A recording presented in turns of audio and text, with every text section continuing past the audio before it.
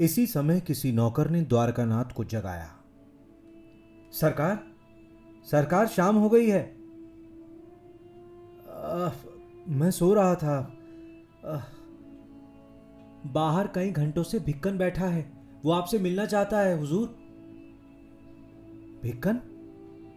उसे अभी बुलाओ, अभी ले आओ उसे। भिक्कन अंदर पहुंचा। द्वारकानाथ ने देखा कि उसकी बुरी हालत थी, बिल्कुल सूख गया था वो। ऐसा जान पड़ता था मानो महीनों से कुछ खाया नहीं हो। द्वारका ने पूछा, क्या हाल है भाई भिक्कन? सरकार, मुझे अपने यहां कोई नौकरी दिला दीजिए। हमारा परिवार 3 दिनों से उपवास कर रहा है। चलकर देख आइए, बच्चे हमारे भूख के छटपटा रहे हैं। बूढ़ी माँ का बुरा हाल है। मेरा घर नरक हो रहा है हुजूर। कोई नौकरी दिलाइए, नहीं तो हम सब मर जाएंगे। ठीक है भिक्कन, आज से तुम हमारे यहाँ नौकर हुए। 15 रुपए महीना मिलेंगे। इतने से तुम्हारा काम चल सकेगा? बहुत है सरकार, ईश्वर आपको सुखी रखे। इतने से हमारी जान बच जाएगी। जब तक दूसरी फसल तैयार नहीं हो जाती तभी तक सब तकलीफें हैं। फिर तो भगवान की दया से मुझे नौकरी ना करनी होगी। किसानों का काम नौकरी से नहीं चल सकता। भिक्कन को 1 महीने का वेतन पेशगी दिलवाकर उसके साथ ही द्वारकानाथ भीतर से बाहर निकला। न जाने क्यों उसकी इच्छा बहादुरपुर जाने की हुई। उसने अपना घोड़ा मंगवाया। मुन्नी, भिक्कन की छोटी लड़की, 2.5 बरस की थी। उसे अपने घर की दरिद्रता और विपत्ति का क्या ज्ञान।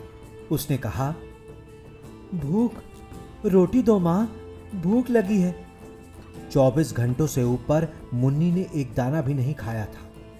उसकी मां की आंखों में आंसू आ गए।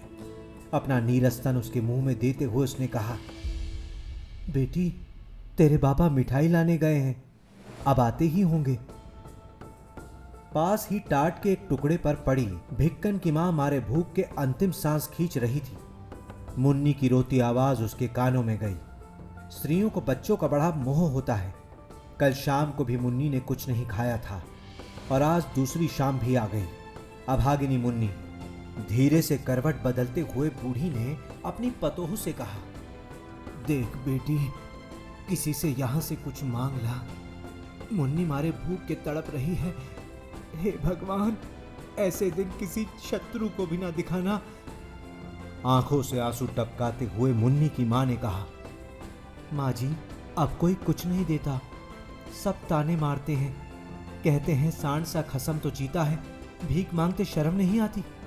सब झिड़कते भर हैं, कोई कुछ देता नहीं। इतने में बाहर से दौड़ता हुआ राम आया। उसने भी कल से नहीं खाया था। मां, मां, कुछ खाना दो ना। चने भी नहीं मां, चने ही दो। बड़े जोर से भूख लगी है मां, मुझे भूख। चारों ओर से एक ही आवाज, भूख, भूख, भूख। मुन्नी की मां सोचने लगी, ईश्वर जिसे गरीबी देता है उसके पेट क्यों बनाता है? यदि आज हमें पेट की चिंता ना होती।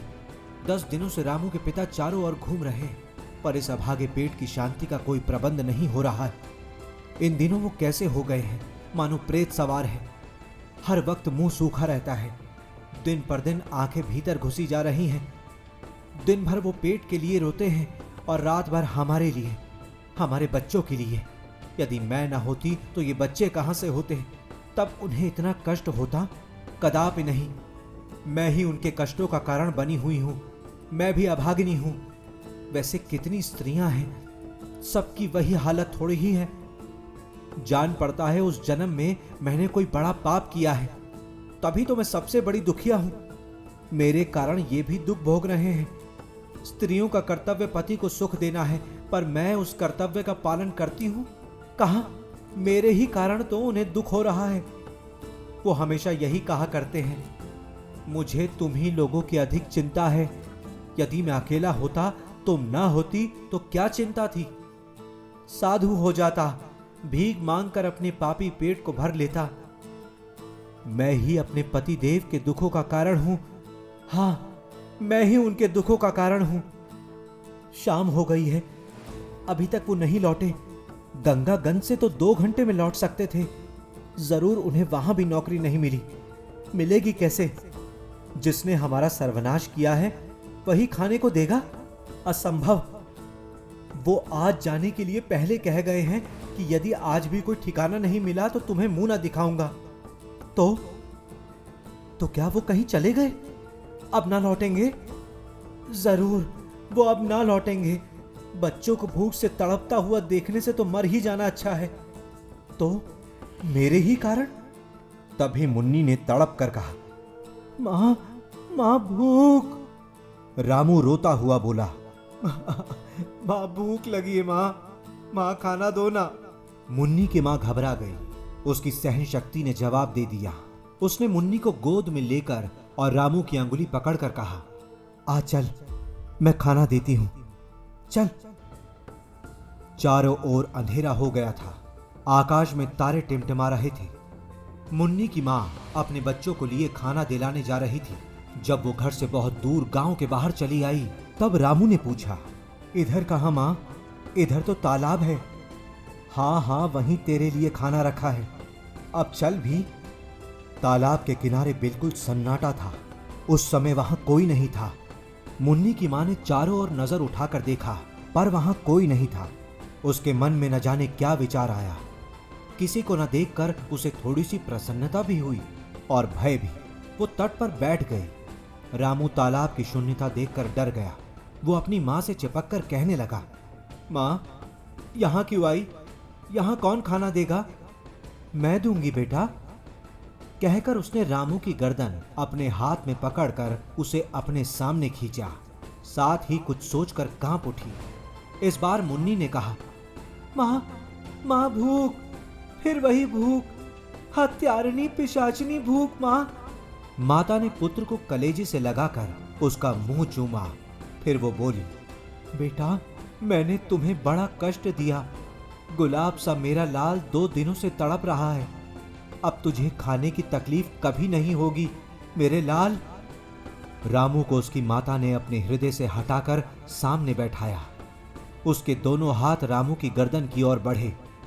हाथों की आहट पाकर उसने सोचा, मां कुछ दे रही है। क्या है मां? खाना? हां बेटा, खाना है। जोर से पकड़कर दुबले पतले पुत्र की गर्दन को अभागिनी मां ने ऐंठ दिया। इतने जोर से ऐंठा कि वो सांस भी ना ले सका। क्षण भर बाद तालाब के भीतर से आवाज आई, छपाक।